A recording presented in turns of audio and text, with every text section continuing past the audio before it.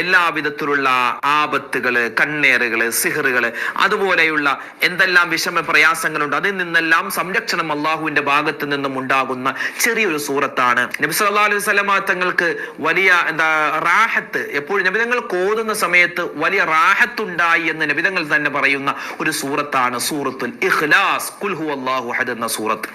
സൂറത്തു തൗഹീദ് എന്നും ഈ ഒരു സൂറത്തിന് പറയപ്പെടാറുണ്ട്. അതായത് സൂറത്തുൽ ഇഖ്ലാസിൽ ഖുൽ ഹുവല്ലാഹു അഹദ് എന്ന സൂറത്തിൽ വേറെ ഒരു ചർച്ചയില്ല, അള്ളാനെ പറ്റി മാത്രമുള്ള ചർച്ചയാണ്.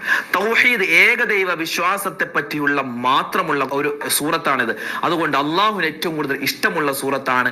അതുകൊണ്ട് തന്നെ അള്ളാഹ്ക്ക് ഏറ്റവും കൂടുതൽ ഇഷ്ടമുള്ളത് കൊണ്ട് പിശാചിനെ ഒട്ടും ഇഷ്ടമില്ലാത്ത സൂറത്താണ് സൂറത്തുൽ ഇഖ്ലാസ്. അപ്പോൾ സൂറത്തുൽ ഇഖ്ലാസ് ഇൻഷാ അല്ലാഹ് ഇന്നത്തെ ഈ ദിവസം നമുക്ക് എത്ര പ്രാവശ്യം ഓതാൻ പറ്റുമോ, എത്ര പ്രാവശ്യം നമുക്ക് അധികരിപ്പിക്കാൻ പറ്റുമോ, ഇത് ഓതിയ ഈ ദിവസം മുതൽ അടുത്ത ആഴ്ച ഈ ദിവസം വരെ